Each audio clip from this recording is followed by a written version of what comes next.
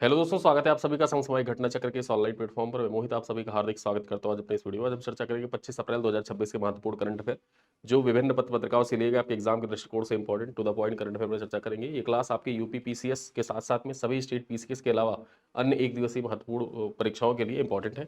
यहाँ पर देखा जाए daily newspaper based current affair जो होते हैं उन पर हम लोग चर्चा करते हैं अपनी क्लास में। शाम को 7:30 बजे वीडियो क्लास आपको मिल जाती है। आइए देखते हैं कौन कौन सी खबर आपके एग्जाम के दृष्टिकोण से इंपॉर्टेंट है।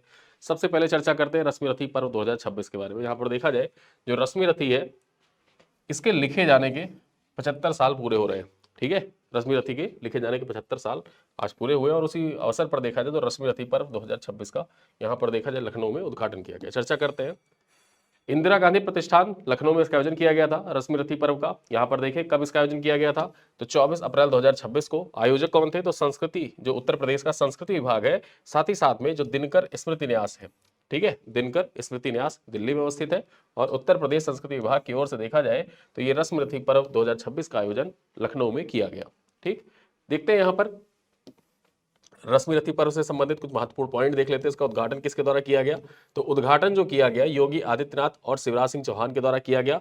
और ये जो समापन होगा, समापन कब होगा 26 अप्रैल को समापन होगा, यानी कि कल इसका समापन होगा। और यहाँ पर देखा जाए जो ब्रजेश पाठक और सतीश महाना है उनके द्वारा समापन समारोह आयोजित किया जाएगा। जो 24 अप्रैल का दिन था यहाँ पर रश्मि रथी नाटक का मंचन किया गया। 25 अप्रैल यानी कि आज स्वामी विवेकानंद नाटक का मंचन किया जाएगा और 26 अप्रैल को देखा जाए तो लोकमान्य तिलक नाटक का मंचन किया जाएगा। ठीक है, अब ये पॉइंट अब आपके एग्जाम के दृष्टिकोण से महत्वपूर्ण कैसे हो जाता है। यहाँ पर देखा जाए यूपी पीसीएस और स्टेट पीसीएस एग्जाम के लिए जो प्रीलिम्स है वो प्रीलिम्स में सीधे सीधे पूछा जा सकता है। देखा जाए तो यह आयोजन रश्मि रथी के 75 वर्ष पूरे होने के अवसर पर किया जा रहा है। साथ ही साथ यहाँ पर देखा जाए जो दिनकर जी है, रामधारी सिंह दिनकर, उनकी 52वीं पुण्यतिथि भी थी, उसी उपलक्ष्य पर इसका आयोजन किया जा रहा है। ठीक, यूपी आर्ट एंड कल्चर के दृष्टिकोण से इंपॉर्टेंट हो जाता है। कहां पर इसका आयोजन किया गया था, लखनऊ में इसका आयोजन किया गया, ये पॉइंट याद रखिएगा। चलिए अगली खबर पर चर्चा करते हैं। भारतीय रेलवे में पदों के नए नाम 2026। यहां पर देखा जाए भारतीय रेलवे के द्वारा जो कुछ पदनाम है उनको परिवर्तित किया गया है। आइए देख लेते हैं कौन कौन से पदनाम परिवर्तित किए गए। सबसे पहले देखते हैं स्टेशन मास्टर और सुपरिटेंडेंट के पदनाम में बदलाव कर दिया गया है। यह आदेश कब जारी किया गया था तो 22 अप्रैल 2026 को आदेश जारी किया गया था। किसके द्वारा, रेलवे बोर्ड के द्वारा। साथ ही साथ उद्देश्य क्या है तो मानकीकरण और आधुनिक कार्य संरचना यानी कि प्रशासनिक स्पष्टता को बढ़ावा देने के उद्देश्य से देखा जाए तो कुछ पदनाम जो थे उनमें बदलाव किया गया है। कौन कौन से पदनाम है सबसे पहले देखते हैं लेवल के हिसाब से यानी ग्रेड पे के हिसाब से। जो लेवल 7 की है यानी कि ग्रेड पे जिनका 4600 है, वहां पर देखिए पहले जो स्टेशन मास्टर होते थे अब क्या कहा जाएगा, अब इनको कहा जाएगा सहायक स्टेशन प्रबंधक। क्या कहा जाएगा, सहायक स्टेशन प्रबंधक अर्थात असिस्टेंट स्टेशन मैनेजर कहा जाएगा। ठीक है, उसी प्रकार से देखा जाए जो लेवल 8, ठीक है, लेवल 8 यानी कि 4800 ग्रेड पे की जो जॉब थी उसमें देखा जाए जो स्टेशन सुपरिटेंडेंट आते थे, अब इनका नाम यहाँ पर पदनाम परिवर्तित कर क्या कह दिया गया है, स्टेशन प्रबंधक कहा गया है, स्टेशन मैनेजर कहा गया है। ठीक है, और यहाँ पर देखा जाए इस बदलाव में all India station masters association की अहम भूमिका रही है। इसी वजह से देखा जाए तो ये नाम परिवर्तित किए गए। पूर्व नाम क्या था, इसे पूछ सकता है परीक्षा में कि पूर्व नाम क्या था। सहायक स्टेशन प्रबंधक को पूर्व में किस नाम से जानते थे, स्टेशन मास्टर के नाम से जानते थे। ठीक है, उसी प्रकार से जो स्टेशन प्रबंधक है उसको पहले किस नाम से जानते थे, स्टेशन सुपरिटेंडेंट के नाम से जानते थे। चलिए देखते हैं परीक्षा के लिए महत्वपूर्ण क्यों है। यहाँ पर देखा जाए प्रशासनिक सुधार के दृष्टिकोण से इंपॉर्टेंट हो जाता है। यह निर्णय रेलवे में प्रशासनिक स्पष्टता को बढ़ाने के लिए लिया गया है। पिछला बदलाव क्या हुआ था, वर्ष 2022 में देखा जाए जो गार्ड होते हैं, ठीक है, स्टेशन गार्ड, उनके पदनाम को भी परिवर्तित किया गया था और उनका पदनाम बदल कर क्या कर दिया गया, ट्रेन प्रबंधक कर दिया गया था। ठीक है, 2022 में जो गार्ड होते थे इनको ट्रेन प्रबंधक कहा जाने लगा। तो ये बदलाव हुए हैं रेलवे में। चलिए आगे देखते हैं, देश का प्रथम zero waste health care model. ठीक है, अब यहां पर देखिए भारत का प्रथम, भारत का पहला, विश्व का पहला, इस दृष्टिकोण से जो सवाल पूछे जाते हैं आपके एग्जाम में उस दृष्टिकोण से ये पॉइंट बहुत महत्वपूर्ण हो जाता है, आपके एग्जाम के लिए बहुत महत्वपूर्ण है। यहां पर देखा जाए राष्ट्रीय तपेदिक एवं श्वसन रोग नई दिल्ली ये संस्थान है, इसको देखा जाए देश का प्रथम zero waste health care model के रूप में विकसित किया गया है। चर्चा करें, घोषणा कब की गई, 22 अप्रैल 2026 को की गई थी। भारत का पहला जीरो वेस्ट लैंडफिल हॉस्पिटल है ये। यहां पर चर्चा करते हैं वेस्ट मैनेजमेंट प्रक्रिया, अस्पताल में कचरे को लैंडफिल में जाने से रोकने की रणनीति यहां पर बनाई गई। गीला कचरा इन सीटू कंपोजिट के जरिए जैविक खाद में परिवर्तित किया जाता है। साथ ही साथ में जो सूखा कचरा होता है उसको देखा जाए पृथक्करण के बाद रिसाइकलिंग एवं प्रोसेसिंग किया जाता है। और उसके बाद देखा जाए जो बायोमेडिकल वेस्ट होते हैं उनको कड़े नियमों के तहत वैज्ञानिक और सुरक्षित निस्तारण किया जाता है। ठीक है, तो इस प्रकार से देखा जाए तो देश का प्रथम zero waste health care model कहां पर विकसित किया गया है, देखा जाए यहां पर तो राष्ट्रीय तपेदिक एवं श्वसन रोग संस्थान जो नई दिल्ली में अवस्थित है वहां पर देखा जाए देश का पहला zero waste health care model विकसित किया गया है। चलिए देखते हैं, ये स्टेट पीसीएस और यूपीएससी एग्जाम के लिए इंपॉर्टेंट हो जाते हैं, पर्यावरण और स्वास्थ्य के दृष्टिकोण से महत्वपूर्ण है। ठीक है, चर्चा करें, यह मॉडल सीधे तौर पर स्वच्छ भारत मिशन शहरी 2.0 से जुड़ा हुआ है। साथ ही साथ देखा जाए तो यह सस्टेनेबल अपशिष्ट प्रबंधन का एक आदर्श उदाहरण भी है। ठीक है, और देश का पहला जीरो वेस्ट हॉस्पिटल कहां पर स्थित है, सवाल ऐसे डायरेक्टली आपसे पूछा जा सकता है, नई दिल्ली में अवस्थित है। जो ये पॉइंट आप याद रखिएगा, आपके एग्जाम के दृष्टिकोण से महत्वपूर्ण है। चलिए आगे देखते हैं, 9वां भारत अंतरराष्ट्रीय जल सप्ताह 2026। अब ये जो 9वां अंतरराष्ट्रीय भारत जल सप्ताह 2026 है, इसके बारे में चर्चा करें।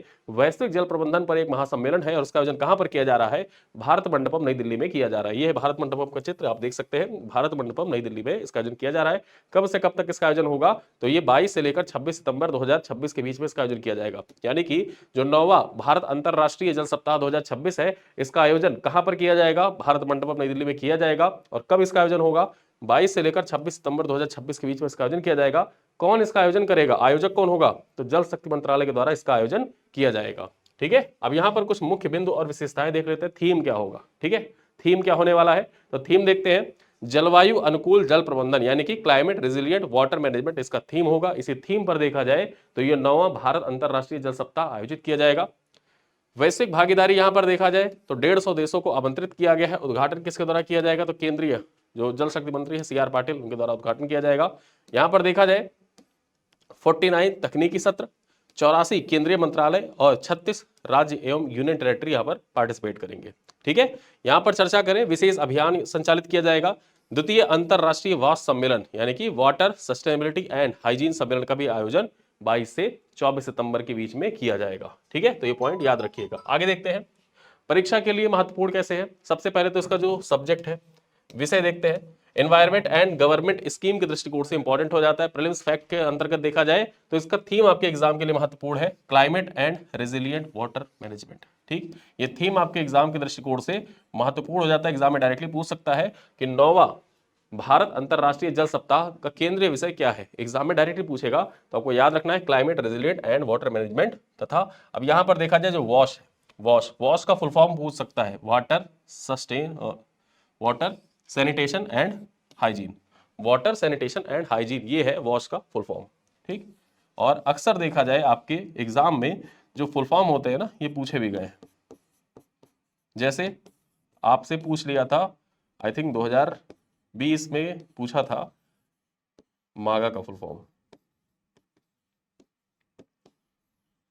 मेक अमेरिका ग्रेट अगेन का फुल फॉर्म पूछ लिया था। ठीक है, मेक अमेरिका ग्रेट अगेन का फुल फॉर्म पूछ लिया था। तो उसी प्रकार से देखा जाए फुल फॉर्म भी आपके एग्जाम में पूछे जाते हैं। चलिए आगे देखते हैं, यहां पर देखा जाए इन सेलेंट डेविक्स 2026। ठीक है, चर्चा करते हैं, भारत श्रीलंका नौसैनिक अभ्यास है। ये हिंद महासागर में समुद्री सुरक्षा को मजबूत करने के उद्देश्य से देखा जाए इस नौसैनिक अभ्यास का आयोजन किया गया। यहां पर देखा जाए भारतीय नौसेना का जो INS निरीक्षक है, उसने डाइविंग सपोर्ट तथा सबमरीन रेस्क्यू वेसल है ये INS निरीक्षक, इसने इस कोलंबो श्रीलंका में आयोजित जो नौसैनिक अभ्यास था उसमें पार्टिसिपेट किया। और ये आयोजन कब से कब तक किया जा रहा है, तो यहाँ पर 21 से 27 अप्रैल के बीच में इस नौसैनिक अभ्यास का आयोजन किया जा रहा है। चर्चा करते हैं, यहाँ पर देखा जाए अभ्यास के प्रमुख उद्देश्य देख लेते हैं।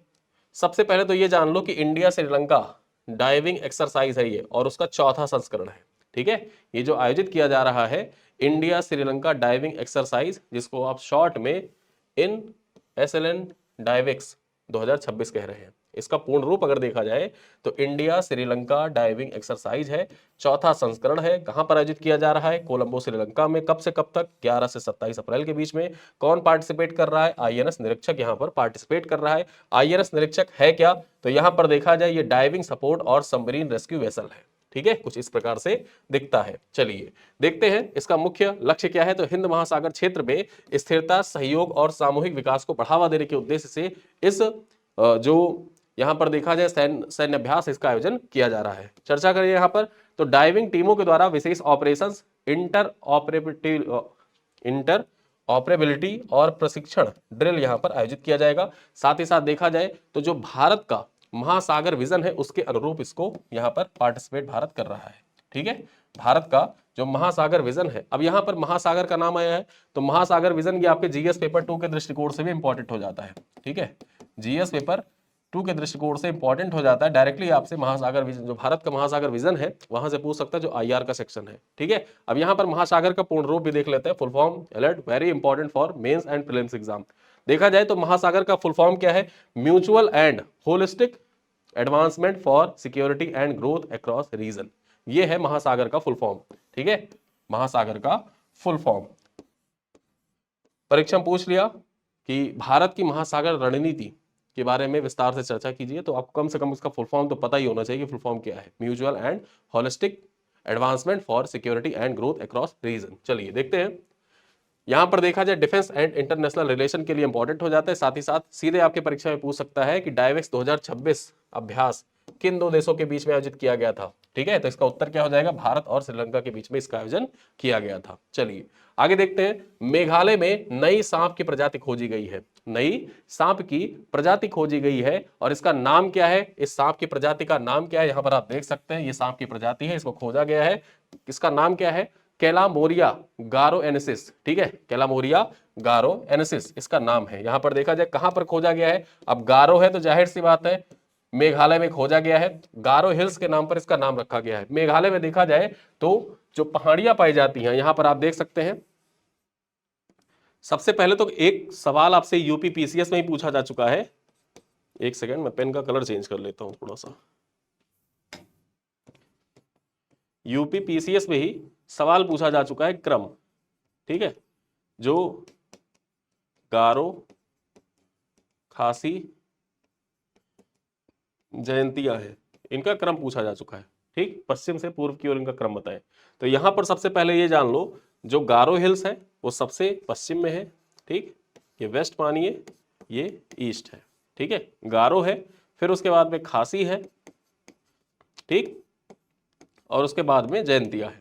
ठीक है, तो गारो खासी जयंतिया, और ये तीनों ना सिर्फ पहाड़ियां हैं, ये सिर्फ पहाड़ियां ही नहीं, ये यहाँ की स्थानीय जनजातियां भी है, जनजातियां भी है। और यहां पर देखा जाए गारो और खासी, गारो और खासी ये यहाँ की देखा जाए तो जनजातीय भाषा भी है। ठीक है, जनजातीय भाषा भी है। हाल ही में देखा जाए तो मेघालय सरकार के द्वारा क्या किया गया है, मेघालय सरकार के द्वारा जो यहां पर देखा जाए खासी और गारो ये दोनों भाषाएं हैं ना, इनको मेघालय की आधिकारिक भाषा का दर्जा दे दिया गया है, आधिकारिक भाषा का दर्जा दिया गया है। इससे पहले कौन सी आधिकारिक भाषा थी, इससे पहले देखा जाए तो सिर्फ अंग्रेजी जो थी मेघालय की आधिकारिक भाषा थी। अब आधिकारिक भाषाओं की संख्या कितनी हो गई है, 3 हो गई है। कौन कौन सी, सबसे पहले यहां पर देखा जाए गारो, खासी और अंग्रेजी। ठीक है, ये 3 भाषाएं हो गई हैं आधिकारिक तौर पर मेघालय की राजभाषाएं। ठीक, इनको आधिकारिक भाषा का दर्जा दे दिया गया। तो आपको याद रखना है कि हाल ही में मेघालय सरकार के द्वारा गारो और खासी को आधिकारिक भाषा का दर्जा दिया गया। अंग्रेजी यहाँ पर ऑलरेडी पहले से यूज होती आ रही है। साथ साथ में गारो खासी जयंतिया 3 पहाड़ियां हैं, गारो खासी जयंतिया 3 जनजातियां हैं, और गारो खासी यहाँ पर देखा जाए यहाँ की जो जनजातीय भाषा है वो जनजातीय भाषा भी है। ठीक है, मैप में मैंने आपको लोकेशन भी दिखा दिया कि कहाँ पर गारो खासी है। साथ साथ में यहाँ पर पूर्व से पश्चिम और पश्चिम से पूर्व अगर आपको सेट करने के लिए पूछ लेता तो भी आप आसानी से सेट कर सकते हैं। ठीक है, तो यहाँ पर देखा जाए जो गारो पहाड़ी है वहीं पर देखा जाए कैलामोरिया गारोएनेसिस। ठीक, यहां पर देखा जाए ये सांप की एक प्रजाति खोजी गई है, अप्रैल 2026 में इसकी खोज की गई। और प्रजाति की चर्चा करें तो ये रीड स्नैक समूह के अंतर्गत आता है। ठीक है, खोज के मुख्य तथ्य देख लेते हैं तो जो भारतीय प्राणी सर्वेक्षण यानी कि जूलॉजिकल सर्वे ऑफ इंडिया है तथा कुछ अन्य वैज्ञानिक संस्थानों के द्वारा इसकी खोज की गई है। विशेषज्ञता क्या है इसकी, यहाँ पर देखा जाए जो इन वैज्ञानिकों के द्वारा खोजी गई है प्रजाति है उसकी कुछ महत्वपूर्ण विशेषता देख लेते हैं। आकार बहुत छोटा होता है, स्वभाव इनका देखा जाए तो गुप्त होता है जिससे अध्ययन इनका मुश्किल हो जाता है। ठीक है, हमेशा छिपे रहते हैं। और भौगोलिक महत्व की चर्चा कर ले तो गारो हिल्स क्षेत्र अत्यधिक समृद्ध जैव विविधता वाला इलाका है। साथ ही साथ यहाँ पर देखा जाए, यहाँ पर देखें तो मुख्यमंत्री कौन है मेघालय के? कोनराड संगमा है, ठीक है। पर्यावरण संरक्षण और अनुसंधान पर जोर भी दे रहे हैं वो, ठीक। तो यहाँ पर कुछ महत्वपूर्ण पॉइंट देख लिए हैं। सीधे सीधे यहाँ पर देखा जाए आपके परीक्षा में डायरेक्टली सवाल मैपिंग से पूछा जा सकता है कि गारो हिल्स कहाँ पर अवस्थित है? ये मेघालय में अवस्थित है। और हाल ही में खबरों में रहा कैलामोरिया गोरोएनसिस किसकी प्रजाति है? ठीक, अक्सर ऐसे सवाल आपके प्रीलिम्स में पूछे जाते रहे हैं, ठीक है, यूपीएससी में। तो आपको याद रखना है सांप की एक नई प्रजाति है ये, ठीक है। तो सारी चीजें आपको मैंने बता दी, समझा दी, दिखा भी दिया। जितने सवाल बन सकते हैं वो सारे सवाल मैंने आपको बता दिए। चलिए आगे चलते हैं। यहां पर देखा जाए डॉक्टर गोपाल राव पाटिल का निधन हो गया, ठीक है। डॉक्टर गोपाल राव पाटिल का निधन हो गया है। यहां पर देखा जाए प्रसिद्ध बाल रोग विशेषज्ञ थे और इनको प्रेम से क्या कहा जाता था? देव माणूस कहा जाता था। देव माणूस का मतलब क्या होता है? मराठी में देव माणूस कहते थे, वैसे जैसे कहते हैं ना देव मानव, अरे भैया तो बड़ा देव मानव आदमी है, ठीक है, बहुत अच्छा आदमी है, बहुत देव मानव है, ठीक है। तो इनको प्यार से देखा जाए तो मराठी में देव माणूस कहा जाता था। आइए चर्चा करते हैं। यहां पर देखा जाए लातूर के रहने वाले थे, लातूर महाराष्ट्र के, ठीक। 94 वर्ष की आयु में 21 अप्रैल 2026 को उनका निधन हो गया। और यहां पर चर्चा करें तो वे राज्यसभा सांसद भी रहे हैं भारतीय जनता पार्टी से, ठीक। प्रमुख योगदान और जीवन परिचय के बारे में चर्चा करें। यहां पर देखा जाए तो निशुल्क चिकित्सा, ग्रामीण क्षेत्रों में मुफ्त इलाज के कारण स्थानीय लोग इनको देव माणूस यानी कि गॉड्स मैन की उपाधि देते थे, ठीक है। राजनीतिक सफर की चर्चा करें तो 1994 से 2000 के दौरान राज्यसभा के सदस्य रहे हैं भारतीय जनता पार्टी से। लातूर पैटर्न यहां पर देखा जाए तो शिव छत्रपति शिक्षण संस्थान की स्थापना इन्होंने की थी, साथ ही साथ प्रसिद्ध शिक्षा प्रणाली के विकास में अहम योगदान दिया था। लातूर पैटर्न का जो जनक था, ये प्रसिद्ध यहां पर देखा जाए ये शिक्षा प्रणाली है। लातूर पैटर्न एक शिक्षा प्रणाली है और उसके जनक किसको माना जाता है? इसका जनक माना जाता है डॉक्टर गोपाल राव पाटिल को, ठीक है। लातूर पैटर्न का जनक माना जाता है, ठीक है। और साथ ही साथ शिव छत्रपति शिक्षण संस्थान की स्थापना इन्हीं के द्वारा किया गया था। प्रथम अध्यक्ष देखा जाए तो इंडियन पीडियाट्रिक एसोसिएशन स्थानीय इकाई के पहले अध्यक्ष यही थे, ठीक है। अब यहां पर परीक्षा के दृष्टिकोण से जो महत्वपूर्ण तथ्य है उनको देख लेते हैं। सबसे पहले तो स्टेट पीसीएस के दृष्टिकोण से इंपॉर्टेंट हो जाता है लातूर पैटर्न जो है, ये लातूर पैटर्न आपके एग्जाम के दृष्टिकोण से महत्वपूर्ण हो जाता है। साथ ही साथ यहां पर देखा जाए कि देव माणूस उपाधि किसे प्रदान की गई थी? डायरेक्टली वन लाइनर में आपसे सवाल पूछा जा सकता है। और साथ ही साथ शिव छत्रपति संस्थान के संस्थापक कौन थे? तो यहां पर आपके एग्जाम के दृष्टिकोण से इनका नाम इंपॉर्टेंट हो जाता है, ठीक है। गोपाल राव पाटिल का पेशे से प्रसिद्ध बाल रोग विशेषज्ञ थे, डॉक्टर भी थे। चलिए आगे देखते हैं अगली खबर क्या है। ताशकंद करेगा 2027 वर्ल्ड पैरा एथलेटिक्स की मेजबानी। यहां पर चर्चा करें तो मध्य एशिया में पहली बार ऐतिहासिक आयोजन होगा। मध्य एशिया में पहली बार देखा जाए तो ये जो वर्ल्ड पैरा एथलेटिक्स आयोजित किया जाएगा 2027 में इसका आयोजन होगा। कब होगा? तो जून 2027 में इसका आयोजन किया जाएगा। कहां पर? ताशकंद, ये उज्बेकिस्तान की राजधानी है। संस्करण कौन सा है? तो 13वीं वर्ल्ड पैरा एथलेटिक चैंपियनशिप है, यानी कि 13वीं वर्ल्ड पैरा एथलेटिक चैंपियनशिप का आयोजन जून 2027 में ताशकंद उज्बेकिस्तान में किया जाएगा। और यह पहली बार है कि मध्य एशिया में इसका आयोजन किया जा रहा है, ठीक है। चलिए देखते हैं कुछ मुख्य बिंदु देख लेते हैं। ऐतिहासिक कदम, पहली बार है जब इसका आयोजन मध्य एशिया में किया जा रहा है। स्टेडियम की चर्चा कर लेते हैं तो ओलंपिक सिटी मेन स्टेडियम में इसको आयोजित किया जाएगा। क्वालिफिकेशन मार्ग है ये, यहां पर चर्चा करें। यह चैंपियनशिप आगामी पैरालंपिक गेम्स के लिए क्वालिफिकेशन प्रतियोगिता के रूप में कार्य करेगी, अर्थात यहां पर जो मेडल विजेता होंगे वो सीधे सीधे क्वालिफाई करेंगे पैरालंपिक गेम्स के लिए, ठीक है। चलिए यह उज्बेकिस्तान की खेल अवसंरचना के वैश्विक विस्तार और प्रतिबद्धता का प्रतीक भी है। चलिए आगे देखते हैं। यहां पर देखा जाए संस्करण पूछ सकता है कि जो 13वां संस्करण है पैरालंपिक खेलों का 13वां संस्करण कहां पर आयोजित किया जाएगा। और अक्सर देखा जाए बिहार पीसीएस जो बीपीएससी है, यहां पर देखा जाए बीपीएससी, इसकी परीक्षा 26 जुलाई को है। 26 जुलाई को, अभी जो टिल कैलेंडर अपडेट है उस हिसाब से देखा जाए तो 26 जुलाई को इसकी परीक्षा होने वाली है। और यहां पर क्या अक्सर जो खेल से संबंधित सवाल पूछे जाते हैं, खेल से संबंधित सवाल पूछे जाते हैं, उनमें जो आगामी खेल है ना, आगामी खेल से सवाल डायरेक्टली पूछ लिए जाते हैं, तो उस दृष्टिकोण से महत्वपूर्ण हो जाता है, ठीक है। चलिए देखते हैं। मध्य एशिया में आयोजित होने वाला पहला बड़ा पैरा स्पोर्ट्स इवेंट होगा। साथ ही साथ देखा जाए यह एक लैंडलॉक स्थलरुद्ध देश है। जो ताशकंद है, यहां पर देख सकते हैं आप ताशकंद, ये एक लैंडलॉक कंट्री है, यानी कि चारों तरफ से देखा जाए तो ये देशों से ही घिरा हुआ है, लैंडलॉक कंट्री है। चलिए आगे देखते हैं। भारत जापान ग्रीन अमोनिया निर्यात समझौता के बारे में चर्चा करते हैं। भारत जापान ग्रीन अमोनिया निर्यात समझौता, यहां पर देखा जाए भारत बनेगा ग्लोबल क्लीन एनर्जी हब। चर्चा करते हैं। यहां पर देखा जाए जो भारत की Larsen and Toubro energy green tech, साथ ही साथ जापान की इटोचू कॉरपोरेशन, इसके बीच में समझौता ज्ञापन हस्ताक्षरित हुआ है। और देखा जाए 3 लाख टन प्रतिवर्ष दीर्घकालिक समझौता है। यहां पर देखा जाए 3 लाख टन प्रतिवर्ष का ये दीर्घकालिक समझौता है। और उत्पादन कहां पर किया जाएगा? कांडला गुजरात में इसका ग्रीन अमोनिया का उत्पादन किया जाएगा। ठीक है, भारत जापान ग्रीन अमोनिया निर्यात समझौता, जहां पर देखा जाए उत्पादन भारत में होगा और इसको जापान को निर्यात किया जाएगा।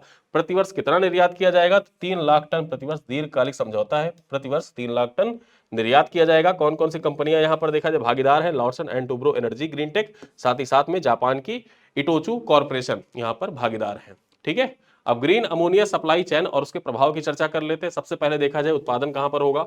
यहां पर देखा जाए कांडला गुजरात में प्रस्तावित प्लांट है। भारत का एक उभरता क्लीन हब के रूप में इसके माध्यम से यहां पर देखा जाए स्थापित होगा। समझौते के बारे में चर्चा कर लेते हैं। तो इटोचू कॉर्पोरेशन के द्वारा खरीदा जाएगा, दीर्घकालिक अंतरराष्ट्रीय साझेदारी है। और उपयोग कहां पर किया जाएगा? देखा जाए इस ग्रीन अमोनिया का तो सिंगापुर में मरीन फ्यूल के लिए इसका उपयोग किया जाएगा। साथ ही साथ में देखा जाए तो शिपिंग सेक्टर में डीकार्बनाइजेशन के रूप में भी इसका उपयोग किया जाएगा ग्रीन अमोनिया का। ठीक है, तो इस दृष्टिकोण से देखा जाए तो यह समझौता भारत के ग्लोबल ग्रीन फ्यूल एक्सपोर्टर के रूप में स्थापित भी करेगा। भारत को ग्लोबल ग्रीन फ्यूल एक्सपोर्टर के रूप में स्थापित करेगा। उस दृष्टिकोण से यह समझौता महत्वपूर्ण हो जाता है, क्योंकि जापान साझेदारी कर रहा है तो जाहिर सी बात है जापान विकसित राष्ट्र है और उसी प्रकार से अन्य विकसित राष्ट्र भी देखा जाए भारत के साथ ऐसी साझेदारी भविष्य में करेंगे। चलिए देखते हैं राष्ट्रीय मिशन और सामरिक महत्व चर्चा कर लेते हैं। सबसे पहले देखें तो नेशनल ग्रीन हाइड्रोजन मिशन, यह समझौता भारत के मुख्य राष्ट्रीय लक्ष्य को मजबूत करता है। साथ ही साथ वर्ष 2030 तक 5 मिलियन टन ग्रीन हाइड्रोजन के उत्पादन के लक्ष्य को भी यहां पर आप याद रख सकते हैं। आपके परीक्षा के दृष्टिकोण से महत्वपूर्ण हो जाता है कि भारत ने लक्ष्य निर्धारित किया कि 2030 तक 5 मिलियन टन ग्रीन हाइड्रोजन का उत्पादन किया जाएगा। साथ ही साथ यहां पर देखा जाए जो कांडला पोर्ट है, ठीक, कांडला पोर्ट कहां पर अवस्थित है? कांडला पोर्ट गुजरात में अवस्थित है। भारत का प्रमुख बंदरगाह है जो क्लीन एनर्जी हब के रूप में विकसित हो रहा है। ठीक है, चलिए अगली खबर पर चर्चा करते हैं और आज हमारे इस वीडियो के अंतिम खबर पर चर्चा करते हैं। देखा जाए विश्व मलेरिया दिवस 2026, विश्व मलेरिया दिवस 2026 थीम क्या है इसका? Driven to end malaria, now we can now we must. ठीक है, ये इसका थीम है। इस थीम को भी आपको याद रखना है और इसी थीम पर देखा जाए एक अभियान भी लॉन्च किया गया है। ठीक, एक अभियान भी लॉन्च किया गया है। यहां पर देखा जाए कब मनाया जाता है तो 25 अप्रैल का जो दिन होता है उसको विश्व मलेरिया दिवस के रूप में मनाया जाता है। और इसकी शुरुआत कब हुई थी? तो विश्व स्वास्थ्य संगठन के द्वारा 2007 में इसकी शुरुआत की गई थी। उद्देश्य क्या है? तो विकासशील देशों में मलेरिया उन्मूलन, रोकथाम एवं जागरूकता को बढ़ावा देने के उद्देश्य से विश्व मलेरिया दिवस हर साल मनाया जाता है। कब? 25 अप्रैल को। थीम याद रखिए, driven to end malaria, now we can now we must. आगे देखते हैं मलेरिया रोग विज्ञान और तथ्य से संबंधित कुछ महत्वपूर्ण पॉइंट जान लेते हैं। सबसे पहले देखते हैं जो मलेरिया होता है ये फैलता कैसे है। तो इसके वाहक की चर्चा कर ले। अब ये वाहक आपकी परीक्षा में पूछा जा चुका है। यूपीपीसीएस का जो बायो वाला सेक्शन है, यानी कि विज्ञान का जो मतलब विज्ञान से जो सवाल पूछे जाते हैं, ठीक, उसमें जो जीव विज्ञान से सवाल आते हैं वहां पर देखा जाए जो रोग वाला टॉपिक है ये इंपॉर्टेंट हो जाता है। सवाल आपके पीवाईक्यू में आ चुका है कि मादा एनाफ्लीज मच्छर इसके प्रसार का मुख्य माध्यम है मलेरिया के प्रसार का। अब यहां पर देखा जाए जो प्लाज्मोडियम नामक परजीवी होता है, प्लाज्मोडियम नामक परजीवी से यहां पर यह फैलता है और यह एक वाहक जनित संक्रामक रोग है। ठीक है, एक वाहक जनित संक्रामक रोग है। इसमें वाहक का काम कौन करता है? तो वाहक का काम मादा एनाफ्लीज मच्छर करती है। ठीक है, अब यहां पर देखा जाए संक्रमण के बाद परजीवी लाल रक्त कोशिकाओं में प्रवेश कर तेजी से बढ़ते हैं जिससे तेज बुखार उत्पन्न होता है। मलेरिया में देखा जाए तो यह महत्वपूर्ण बिंदु आप याद रख सकते हैं कि मानवीय प्रभाव क्या होता है, इस पर मानव पर क्या प्रभाव होता है मलेरिया का। चलिए अब देखते हैं यहां पर कुछ कंफ्यूजन क्लियरेंस देख लेते हैं मलेरिया वर्सेस डेंगू में। लोग कंफ्यूज हो जाते हैं परीक्षाओं में, तो यहां पर कंफ्यूजन क्लियरेंस भी कर लेते हैं। साथ ही साथ रोग का कारण क्या है, पैथोजन क्या होता है। यहां पर मलेरिया में देखा जाए तो परजीवी होते हैं, जबकि डेंगू में क्या होता है? वायरस होता है। ठीक है, मच्छर कौन से होते हैं, वेक्टर कौन से होते हैं, वाहक कौन से होते हैं? मलेरिया में मादा एनाफ्लीज, और यहीं पर देखा जाए डेंगू में क्या होता है? मादा एडीज एजिप्टी। ठीक है, अब शरीर पर मुख्य प्रभाव क्या होता है, इंपैक्ट क्या होता है? मलेरिया में देखा जाए तो आरसीबी यानी कि लाल रक्त कोशिकाएं और तिल्ली नष्ट होती हैं। जो आरसीबी होती हैं और तिल्ली होती हैं वो नष्ट होती हैं। ठीक, आरबीसी, सॉरी आरसीबी मैंने बोल दिया था, आरबीसी। ठीक है, यहां पर देखा जाए आरबीसी यानी कि लाल रक्त कोशिकाएं। चलिए, और यहां पर जो डेंगू है, डेंगू में देखा जाए तो प्लेटलेट्स की संख्या की भारी कमी हो जाती है। तभी लोग कहते हैं कि बकरी का दूध पीजिए और ड्रैगन फ्रूट खाइए, नारियल पानी पीजिए। पपीते का जो पत्तियां होती है उसके जूस पीजिए, ये सब सुझाव लोग देते हैं, ठीक है, डेंगू में। लेकिन मलेरिया में से सुझाव नहीं दिया जाता है वहां पर। तो ये जो कन्फ्यूजन है दोनों में, और ये कन्फ्यूजन एग्जाम में आपको कन्फ्यूज करता है, सवाल आप गलत कर देते हैं।